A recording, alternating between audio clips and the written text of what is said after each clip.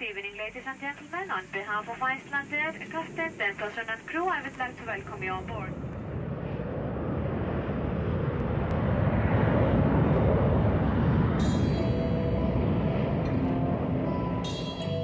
I think it has a really big impact in the wintertime when it's only daylight for like 3 hours or something. Melancholic. You have fire and heat under our feet. Reykjavik can treat you very tenderly. You can here have the space which you might need when you are heavily into music. There is the chance that you might actually be left alone here. We never really cared about anything except having fun, at least with music.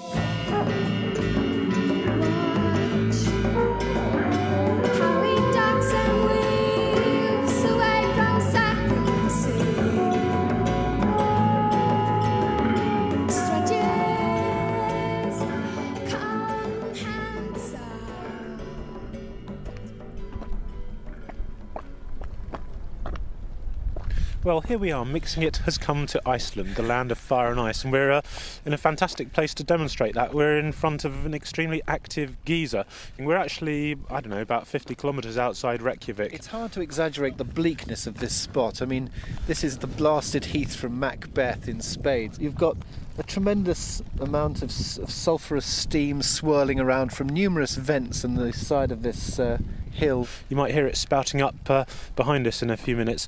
And we've come here because there is a very active experimental music scene in Reykjavik, and we've come to investigate it. Which has made a number of very interesting and unexpected eruptions in the global consciousness over the last few years. Yeah, because, I mean, on the music front at the moment, Sigur are very popular, and, you know, before that, sugar cubes were famous, of course, with Bjork in them. But now Iceland has become sort of a centre for... Oh, there we go, there's the geyser. Now Iceland has become a centre for sort of international A&R activity, hasn't it? Iceland Airways Festival is a very big deal here, attracting interest from record industry executives all over the world. So visiting this sulphurous volcanic landscape does make you realise what a very ancient place Iceland is, and how it really hasn't been visited to any great extent by what we know as modern civilization. So we thought to guide us in our initial exploration of Icelandic music, a man who has a pretty good understanding of the history of the place is Hilmar Hilmarsson. Yeah, an interesting character. He used to be in Psychic TV. Now he's moved back to Iceland, and he's one of Iceland's foremost film composers. So we're going to drive back into Reykjavik now to meet him.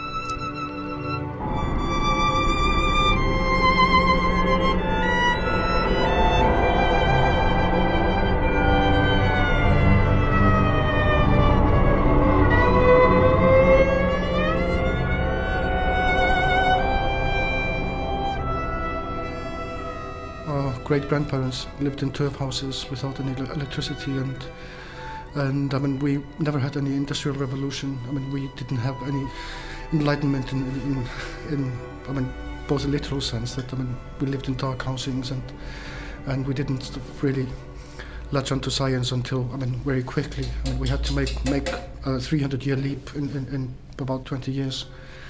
So I think a lot of the superstition that had died out or been, I mean, thrown out, or the belief in something otherworldly, I mean, rather than superstition. I mean, we never made that transition. I mean, we never threw it out. I mean, we kept it. And so I think, I mean, the invisible world is so much with us, and also living in a country which is, I mean, alive in a sense. I mean, we have fire and heat under our feet. And there are so few of you and so much. There's so much of it. Yeah, I know. It's a frightening experience, really. So do you think that the landscape influences the kind of music that is made in Iceland? Absolutely. And also, I mean, I think some people have pointed out that a lot of the so-called spiritual centres of the world are places where there's a high interest in spirituality, and they are linked to places which are very active, sort of geological centres. Seismic activity can produce electromagnetic vibration, which might stimulate, I mean, part of your brain or your cortex or whatever. So, I mean, maybe there's a rational explanation. But what about in your music? How does the landscape affect how you compose? I think it's an ever-present thing, and it's something, I mean, when I moved to London, I mean, I found out that after a while I was getting mad because I needed the sea, I needed mountains, and I was dreaming mountains, I mean, literally. I mean, I had absolutely no sort of sexual dreams. It was just dreams of mountains and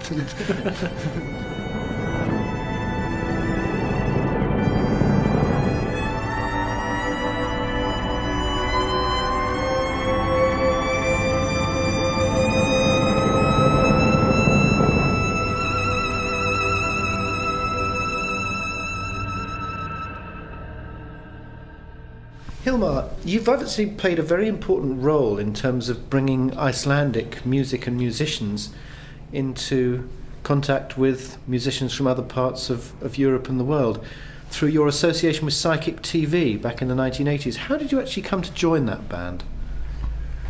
So, they wanted to play a concert in Iceland, and my friend Einar Örn, who later became famous or infamous with the Sugar Cubes, he actually had some PTV album which had come out at that time, and I thought, I could recognize some kindred spirits in there, and so I decided to help put up this concert, which was on the 23rd of November in '83, and so on that night, actually, they asked me if I could play with them, some percussion and things, and so I more or less joined the band that night, and then I moved over to England in '84 to work with them full time.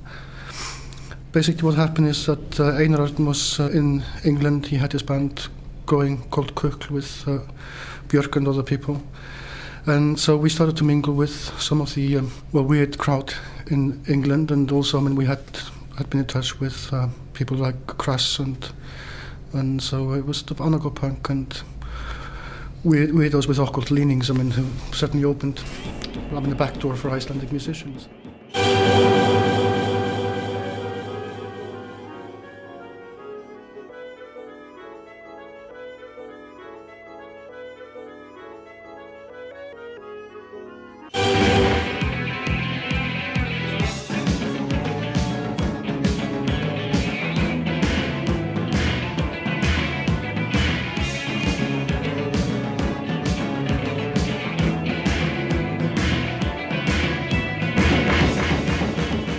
That was K.U.K.L, Iceland's seminal rock band, and a band who Hilmar Hilmarsson helped on their way back in the 1980s. And we've talked to a couple of musicians who are active on that scene, the singer Magga Stína, and first we met Einar himself, leader of the Sugar Cubes, and before that a pivotal figure in K.U.K.L. K.U.K.L is not a group which was made up by the group members. The group was brought together by two programmers of a radio show called Áfangar, and for the final program they decided that they wanted to make up a sort of a group, is not a super group, but a group of people who had been in bands or involved in bands for the past 3 years, different types of bands, because back in 1981 we can regard 1980-1981 as one of the most productive years in Icelandic music, where you got relatively many bands springing out of the woodwork and singing in Icelandic and making creative new Icelandic music. These guys brought together me, Bjork, who came from Tapetikaras. We had never worked together, but we had been in the forefront within our own bands. It was like a late blooming punk thing, the do-it-yourself punk ethic. Why did the punk ethic sort of translate to Iceland so well? What was it about it? I don't think it translated that well in many ways, sort of punk music as punk music, but it is suddenly people could actually go out and play in venues, and they started doing that. And I don't think that if you listen to the music which was happening at the moment, the only sort of unifying theme was that they were singing in Icelandic. It was a big development. And that was, of course, the punk thing of be yourself, rather than simply look to somebody else to provide you with your cultural agenda. Yeah.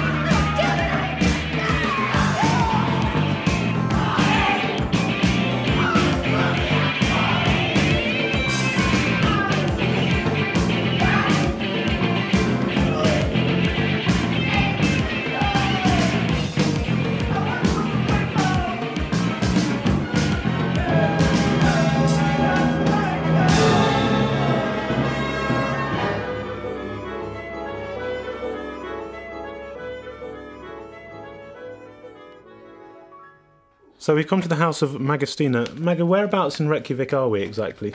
The west part, near the harbour, so you can see the sea and smell it as well.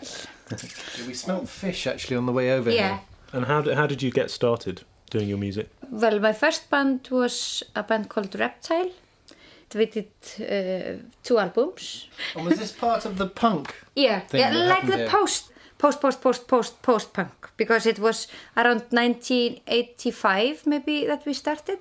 At the same time as the Sigur cubes. And did the music of Reptile translate outside Iceland? Well, it did. We were signed on something called Rough Trade. Rough Trade in America. And we went twice on tour in America. But I've never been like... we never really cared about anything except having fun. Do you know what I mean? And I'm stuck in that still. How did you meet Graham Massey, with whom you worked on your solo album? We met in a garden in London. And it's the only time I've ever gone for 24 hours to a country. It was just to meet Graham Massey. And he's a friend of a friend. Because he's worked with Bjork, hasn't he? Yeah, that's the friend I'm talking about. It's a wonderfully well-produced sound. I mean, is this Graham Massey, but it's also you? Yeah, it's we together, but I mean, he helped me through all the album. It was a very big production sound. Is that what you were after? I had the opportunity and I used it. So Magga, if you had to choose one song from your album, which one would it be for us to play? Agent Baby. I think it describes me the best.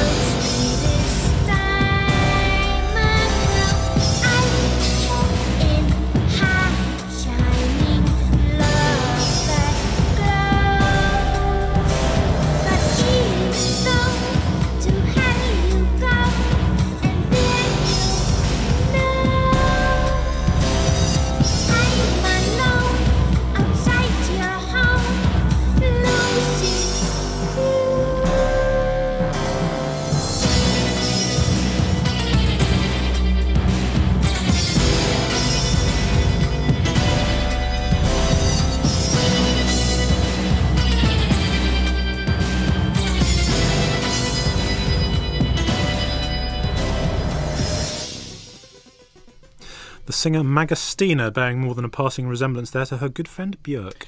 Now, another woman making waves on Reykjavik's underground scene is Kristin Bjork Kristjansdottir, quite a mouthful. She's a musician and she's also 1/3 of the senior management of an organisation called Kitchen Motors, who put on gigs, happenings and unorthodox self-expression of a musical nature, all right up our alley. Kitchen Motors are actually promoting an event in town at a new venue, which is where we're headed now, to talk to Johan Johansson of the Apparat Organ Quartet and to Kristin Bjork Kristjansdottir, who's taking the money on the door.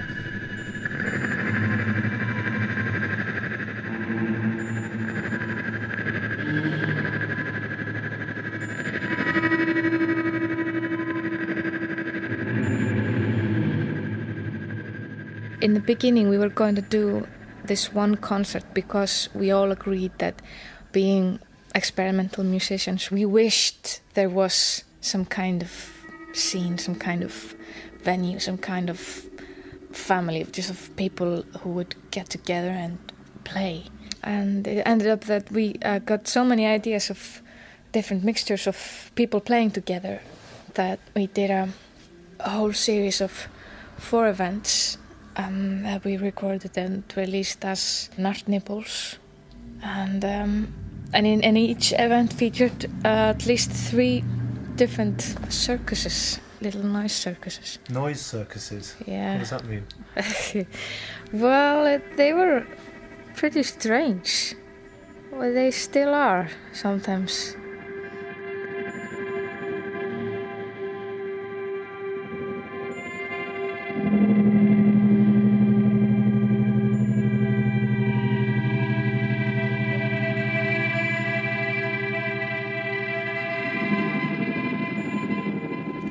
What sort of relations do you have with the more established kind of musicians? I mean, the bands like Sigur and Bjork, obviously, you know of.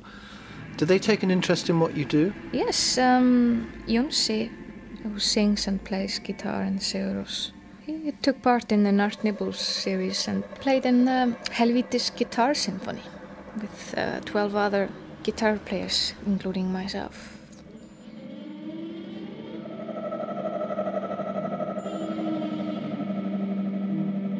I think there were about 70 people at the first event, and none of the artists playing were especially known, so people were just coming, obviously, to see something, hear something new and experience something that they hadn't experienced yesterday. So we just quickly saw that these people needed Kitchen Motors to be there as much as we did.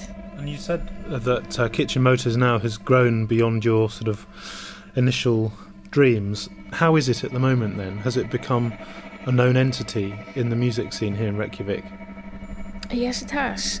What is also I think it's still quite amazing that now we're able to actually release the music that happens in these events and take them from downtown Reykjavik to downtown Kenya.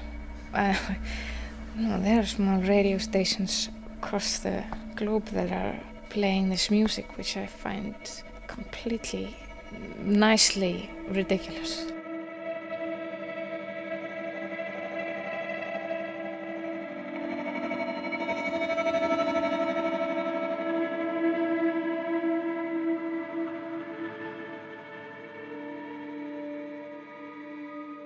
So, Johan, when and how did the idea of forming a group based around 4 organists first come to you?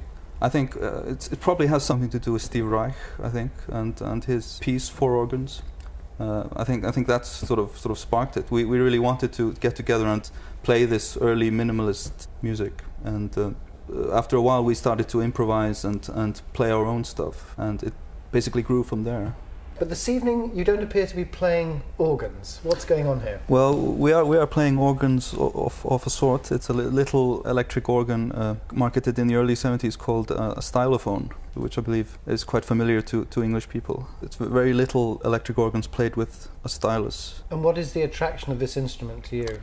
It's basically a toy, and it's really it was sort of marketed as the easiest instrument ever to play. The pitch was you could master it in 15 minutes, and so I think that's the attraction of it, is that it's so simple and easy, and it's basically just a simple sawtooth wave that you control with the stylus. And the interesting thing is that you can achieve some really nice articulations with the stylus, some really sort of almost baroque flowery ornaments, which is really nice. It's a very limited instrument, but very, very charming in a way. When you're not using stylophones, what do you use? Generally we use electric organs, and for the most part we also use old synthesizers, but mainly it's old home organs, really cheap Kawai or Yamaha ones that we saw in half and put in flight cases to take on tour, and also farfisas, and in the studio we use Hammonds as well, but not live. And then we use vocoders, and generally old analog, cheap, and usually stuff that professional musicians don't look at twice.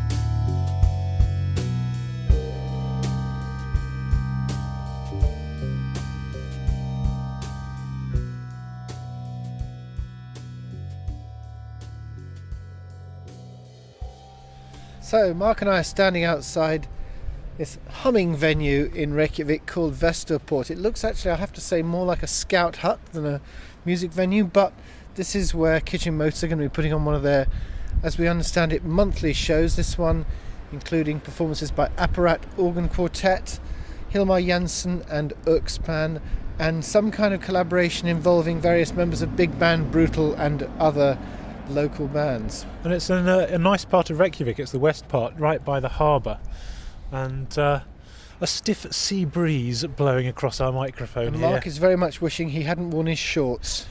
Anyway, let's go in and hear the Kitchen Motors evening.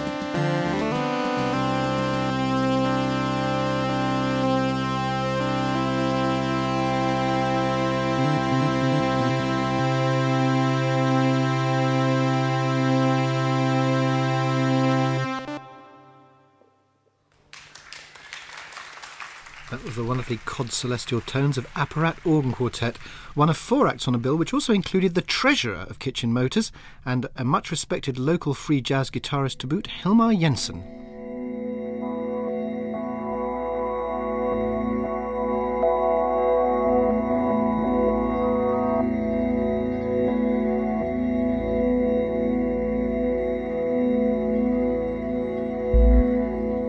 So, sitting looking at a very lovely garden somewhere in the inner suburbs of Reykjavik with Hilmar Jensen, who we were listening to last night, and it seems a reasonable place to start, Hilmar, yesterday's performance, which was interesting not least because you were playing the guitar, which is obviously your instrument, but not in a very conventional way. You had it on your lap in front of you and seemed to be using it almost as an electronic sound source or something to have noises coaxed out of it rather than in the normal fashion. What were you doing last night? I was doing exactly that. I was using it as a sound source, processing the instrument through a few effects and using a lot of preparations, bows and alligator clips, and it's actually something that has been going on for a long time, and you have in England like one of the pioneers of that, Keith Rowe, doing that prepared guitar. And who was your collaborator? K.U.K.L. He's sort of like the youngest and one of the most interesting noisemakers in Iceland, I think. He was making some very interesting noises. He seemed to be taking apart a cassette. Yes, he was. I think he uses a lot of pre-recorded material, and then he has all these home-built synthesizers that he processes the recorded material through. He's a very interesting guy and very, very productive. And he's like 17 or something. He's a promising one. And that was an improvised performance, was it? Yeah, we never played before. Just briefly met even. Tell us a bit about how you actually make the music, you know, the substance of your most current project, the K.U.K.L. This is a duo with Skuli Sverrisson. Yeah. One of many American musicians that you've worked with. He's actually Icelandic, but he's lived in New York for 10, 15 years. It's quite difficult to work out, listening to it, who's doing what. I mean, you are a guitarist, Skuli's a bass player, and yet guitars and basses are pretty thin on the ground. Yes, very much so. I don't know, we have the fascination with trying to squeeze every possible and impossible sound out of our instruments. But besides that, we do process a lot of the sounds through different effects and stuff, and we add some high and low pitched frequency things that we create by looping a mixer back into itself, creating this feedback loop.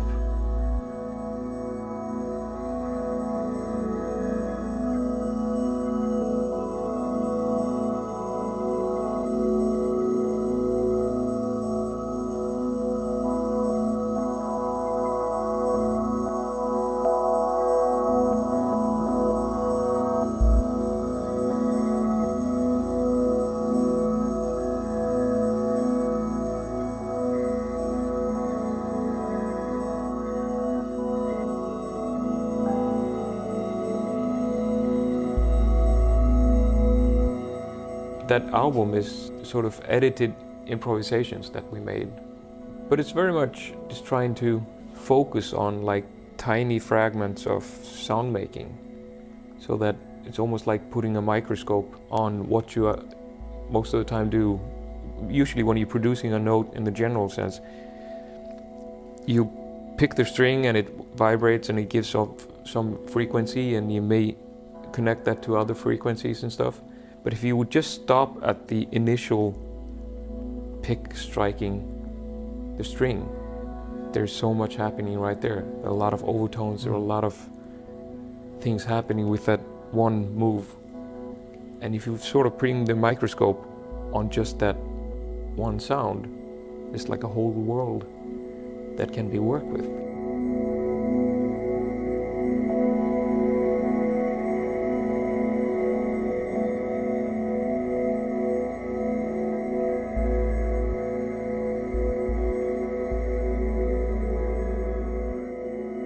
Because you're a North European musician and the album has a loosely defined ambient sound, a lot of people, I suppose, will imagine that you might be trying to evoke the feelings of the landscape in this part of the world. Has that actually been an inspiration to you? I think so. The Icelandic landscape is very varied within itself. I mean, you would see if you drove around the country that it all has the same sort of feel, but it's always changing a little bit, and it's sort of that same thing as with our sound making, that it changes slowly, but it definitely changes. And there's a lot of harshness, but there's a lot of smoothness as well, and it's sort of a combination of extremes at times. It's sort of lame, but it's always been talked about as the land of ice and fire, but it sort of is. There are all these extremes in the landscape, and it's very inspirational.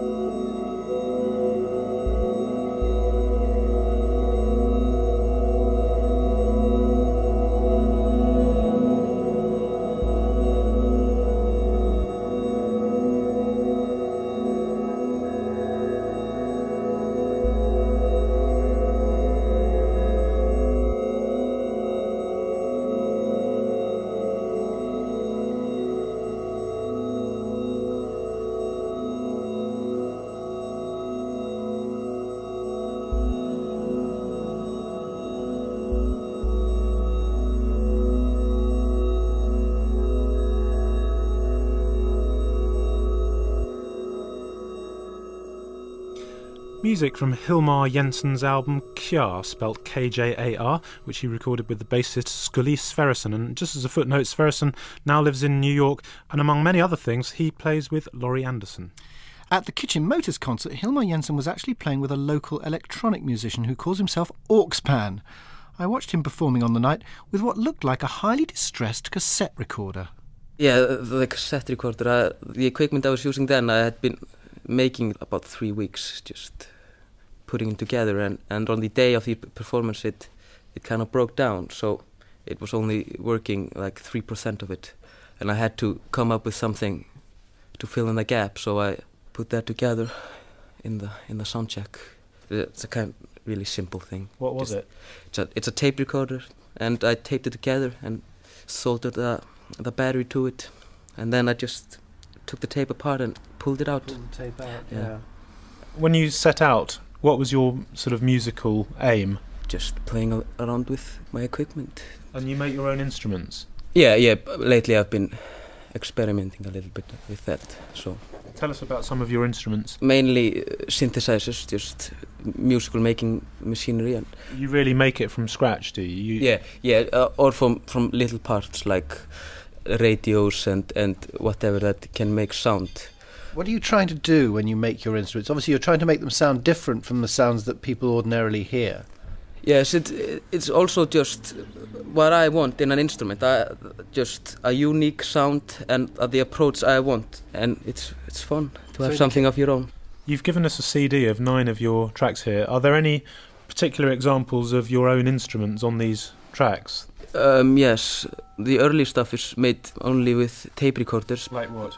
Sími, that's made with the sounds from telephones and tape recorders.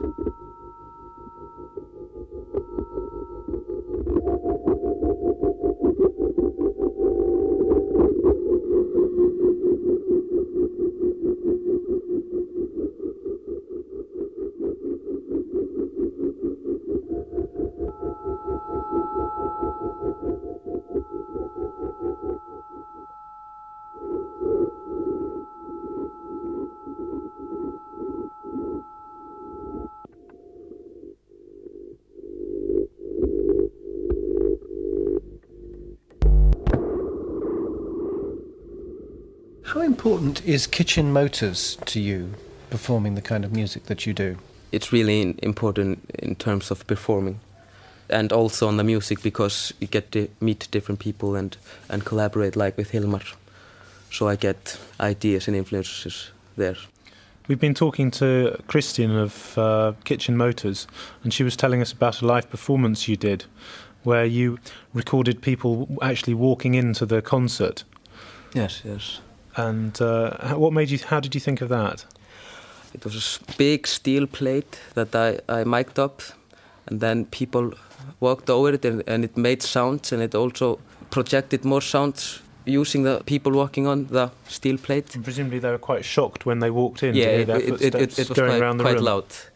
And then we heard that you used this steel plate afterwards for a performance with some sort of concrete drill. Yeah, vibrating things to get the bubbles in concrete out. It's a big instrument, and we decided it was there, and we just decided to plug it in and played with it. Did the neighbours complain?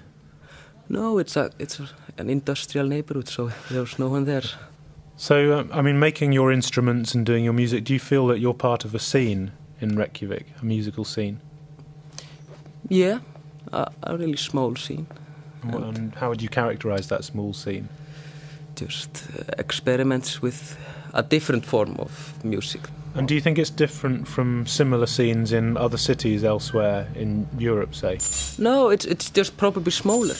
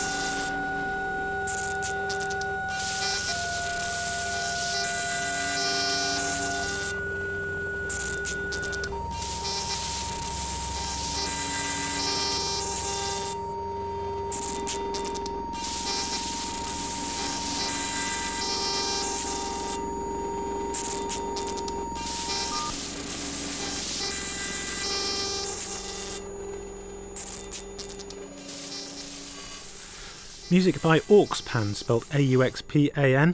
That was from an unreleased album which he gave us, and the track there was Eger. Right, Mark and I are going our separate ways now. He's going to visit some studios. One is Tula Music, the second largest studio in Reykjavik, we've been told, and the other belongs to Biogen, a young bedroom techno composer whose studio really is apparently in his bedroom. Maybe he sleeps with his head inside the speakers. Well, we've come to see Biogen in his studio, and we've travelled about 10 minutes from the centre of Reykjavik. You've made an album called You Are Strange, and you've made it in this room. Yeah. And you've got a very minimal setup. It's all based around one laptop, and you've got something actually on it at the moment. Can you play us what you're working on? Tell us a bit about what it is. Okay, this is basically this might be my try to do something warp-wise. Like warp? The whole thing.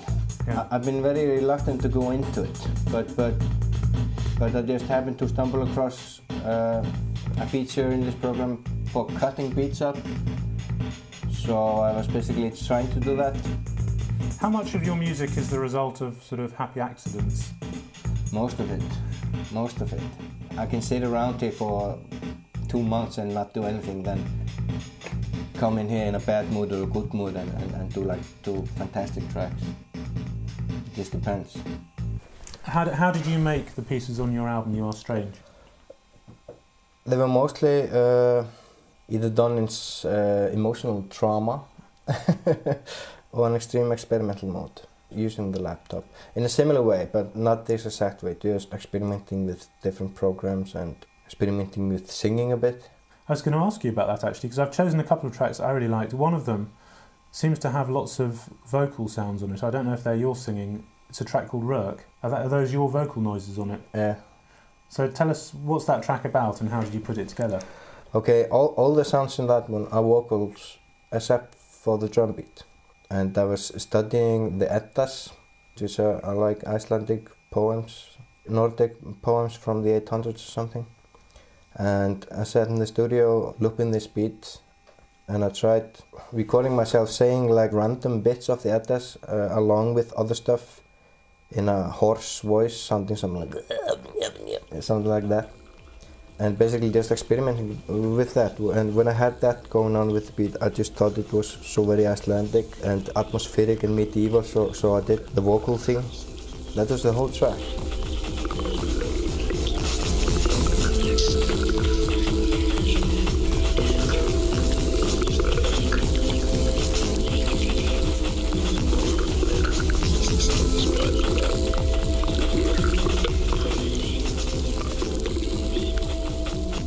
Funny that you say it sounded very Icelandic to you, because when I was listening to it, all the textures and things reminded me of a sort of swampy jungle. Really?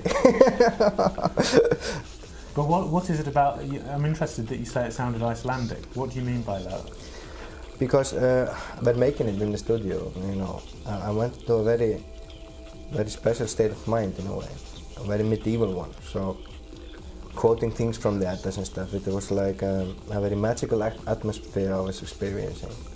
And I actually listened to the track a lot of times after that and heard different things out of it, out of the vocals. Heard like Icelandic references and even Latin references and all kinds of stuff. You know, and my brother heard something, one phrase which was, "You're on a mission." But it basically, you know, it very much plays into my whole conspiracy paranoid fantasies.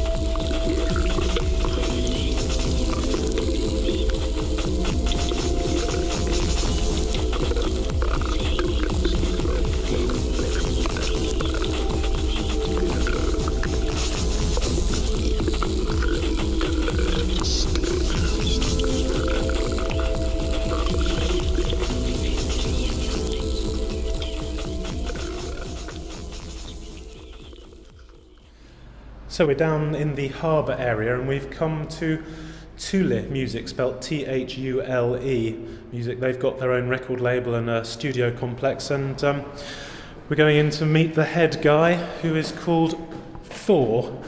Right, here we are. Thor. Yes. Hello, I'm Mark. Nice to meet you. So, can you show us what you've got here in your complex? Yes, no problem. Come in. Here on the left we have our big studio. This is the sort of the main studio, the heart of Thule Music. Is this where most of your records are done? Well, most of my records are done in somebody's bedroom, basically. But most of my records are mixed here or either mastered here. And bands that's doing live recordings come in here and do the mixes. Okay. And now further down, what's this room here? Carrying on, yeah, we have a recording booth. The biggest project we had recently was the album with Bjork. She recorded here, mixed some of the tracks here, and the engineer was the engineer of Madonna album, last Madonna album. So, which Bjork album was that? Vespertine album, yes, recorded in my studio. Through the warmest curl of care, your love was sent to me. I'm not sure what to do with it or where to put it. I'm so close to tear and so close to simply calling you up. I'm simply suggesting we go to that hidden place. That we go to that hidden place. We go to that hidden place. We go to a hidden place. Now, here we have two other small rooms. We call this the hamster rooms. It's quite small, but the main reason why we have this is that many of my artists that's doing all their recording at home, like a bedroom mixes. Once some of these kids are doing an album with us, we sort of let them have these rooms. You know, we bring in some equipment, some synthesizer that we own, whatever, if they need help. So it's like a sort of a pretend bedroom studio. Yes. Well, you say that you started off in a different building. You've obviously done very well, because we're sitting here in an extremely plush recording studio with an absolutely massive mixing desk. Mm-hmm. So what's happened since you started off? How have you done so well? Well, we started out just by the idea of helping out electronic musicians to get on the foreign market. That idea went further, and there's a company called New Development Investment or something for Icelandic newcomers or whatever. They just found the idea that somebody was doing this quite nice, and got me loads of money, government backing, you know, and therefore I built the whole thing here. This is the second biggest studio in Iceland, because I'm a musician myself. Well, I produce everything. There's an understanding here, quite different from any kind of record label that has been in Iceland before. Most of the record labels has been concentrating on money, and that's it. And we've been concentrating on trying to get each musician to do his best. You could say that we are sort of a school, and the way we work is we try to get, you know, influence from another musician on a coffee break, and sort of a healthy arguments about what the other one is doing wrong, and so on and on, and it helps him to get on the next step.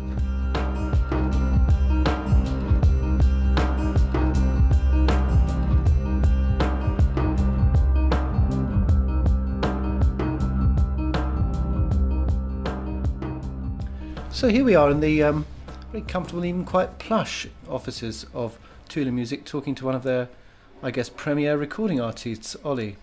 How would you describe your music? I released an album about 3 months ago, which is quite downbeat, some people call it that. It's a mixture of hip-hop, dub, and maybe ambient, influences from all over. How did you get picked up by Thule Records? I just dropped by with a friend of mine. We both had like demos just for fun, and then they just liked it. So now do you do all your recording here? Yeah, most of it. So it's really good for electronic music. It's interesting you say that, because electronic music you more associate with people doing it in their bedrooms and not needing plush studios. Why do you say it's good for electronic music here? It's really good for experimenting more with live instruments for electronic music, like I do. I use a lot of live instruments, and also the studio has a really good mixer, which is good for this fat sound you don't get out of the computer. It's always digital, so it's really good to have all of this analog gear here. If someone said to you, could you choose one track off your album which characterises the sound of ELO, which one would you choose from this album? I think number 4, Tiff. Is that the piece that's got the very simple but quite catchy synthesizer top line? Very evocative, I thought, actually, of place. I was listening to your music on the way here, and the one track which I thought, yes, this is the place to be listening to this music, was that one? Yeah, it is a bit Icelandic, I think.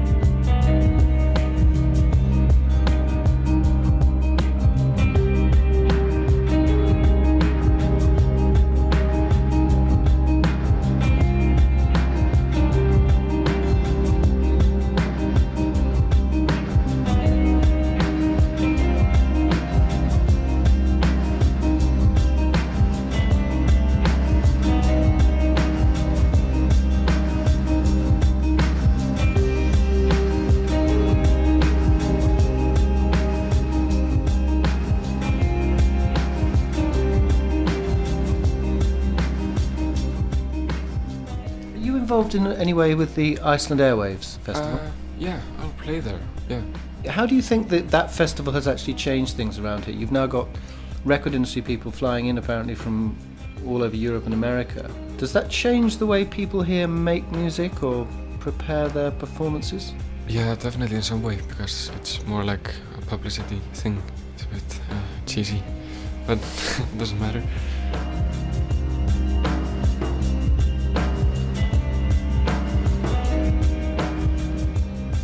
That was a track called Tiff by ELO, who explained to us that he came up with his name. He had to come up with something very quickly when he'd done a remix, so he just reversed his own name, which is obviously Ollie, to come up with ELO. And it doesn't stand as we suspected for the Icelandic Light Orchestra, so rest assured on that.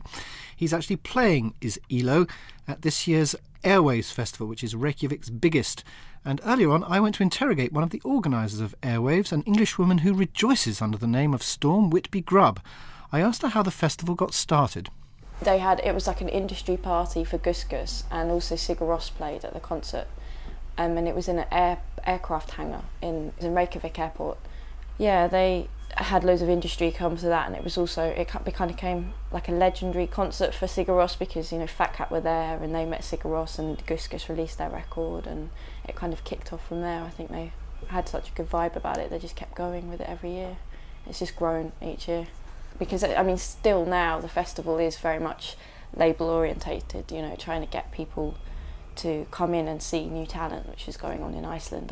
But now they have the advantage of offering it to the general public as well. Is this festival particularly designed to showcase experimental or more adventurous bands, or do you also want to show a more mainstream kind of aspect? Well, I think we do have a couple of nights with the pop things going on, and we have hip-hop nights with that going on, but I think the experimental scene here is so concentrated and it's so developed. A lot of those bands like Moom and Biogen and Apparat and Kitchen Motors, they're all getting coverage abroad because what they're doing is so fresh and so interesting. Definitely like the record label K.U.K.L is putting out a lot of cutting edge music, like they've done Canada and they've put out Moom records, and Biogen, and they're going to release an Apparat Organ Quartet record soon. When Apparat Organ Quartet have actually made one. Yeah, apparently it's supposed to come out in January or something, I'm not quite sure, but I think people just kind of take the risk to come over because everyone's hearing about Reykjavik, you know, and then they're like, oh, Sigur Rós are playing, they're good, okay, I'll go and check out what else is going on over there. It's you.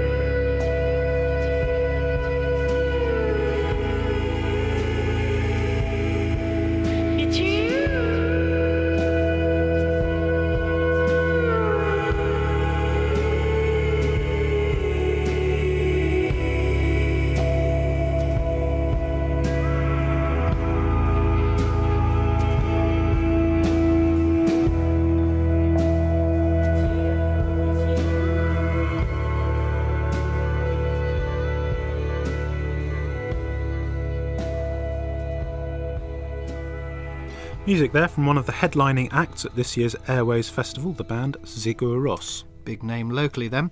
Now, one artist who won't be appearing there is K.U.K.L, an avant-garde noise musician and producer with many strings to his bow, whose real name I learn is Bibi.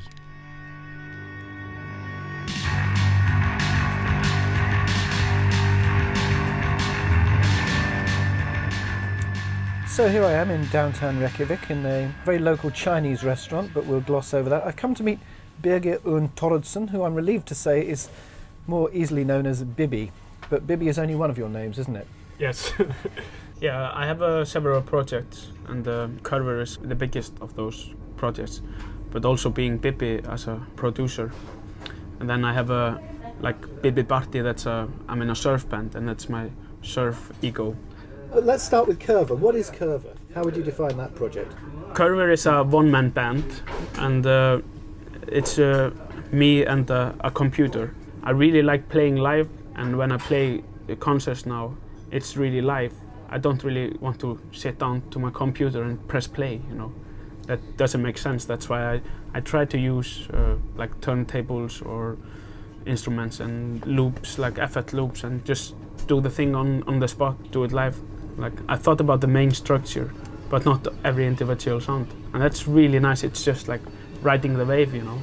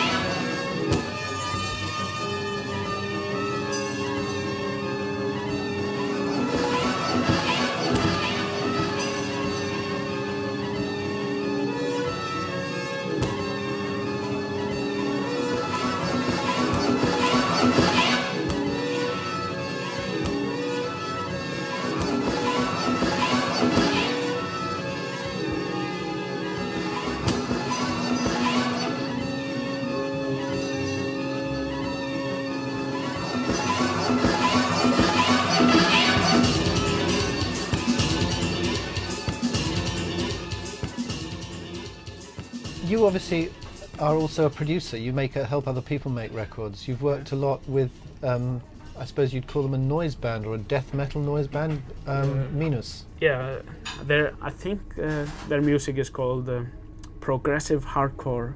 That's really noisy rock, and I really like them. It's a really good band, I think. And they were really like, yeah, we want you to work with us. And I was like, yeah, this is really cool rock music, and I think we could make a noisy, put noises in this hardcore band. And they had really strong ideas what they wanted to do, and they were really open for my input. You know, that's a part of being amateurist. Like the old days in '91, people were really afraid of people touching their stuff. You know, being afraid of collaboration. That's unprofessional. So I think that Miners are they really know what they're doing. That's why they're not afraid of having people having input.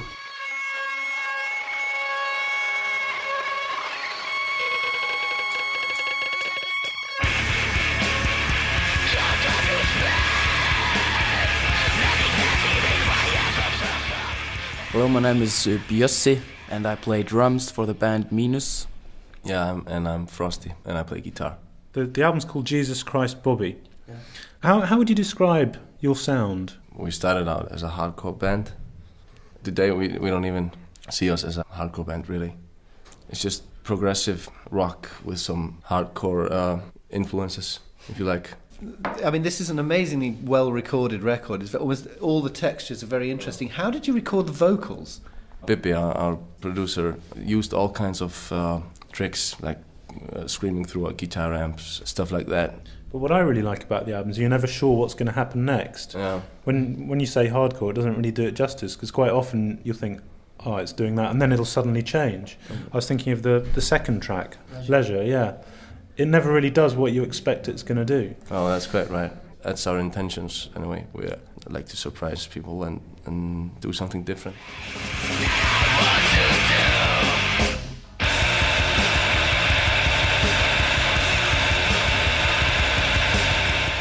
Tell us how you actually get this extraordinary, it's a very dense sound, your guitars, and but it's surprisingly easy on the ear to listen to on CD. How do you actually get that sound?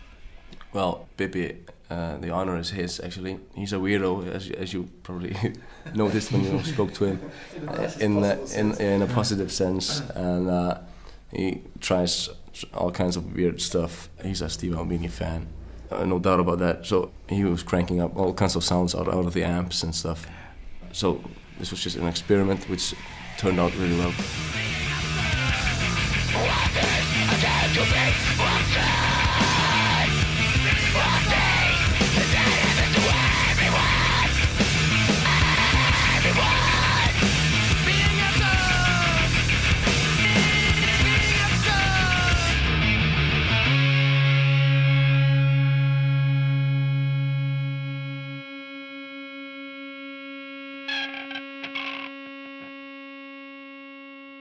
What about all the reverse noise stuff at the end? 5 minutes of reverse sounds. What's going on? That's quite, Bibi's idea. It's just the whole album, reverse and compact in one song. Bibi's exclusive style, actually. Yeah. His thesis in his art university was like this noise project that he did, when he compiled every LP album he had, which was some 500 albums or something, and compressed them into his computer and made them into this one thick layer, which was a thick wall of noise. Mm-hmm. And he wanted to try this with our music, and so he put all the songs together, just made this thick noise out of Jesus Christ Bobby. How are you going to do it live? We're not going to do it live. We're not going to do it live.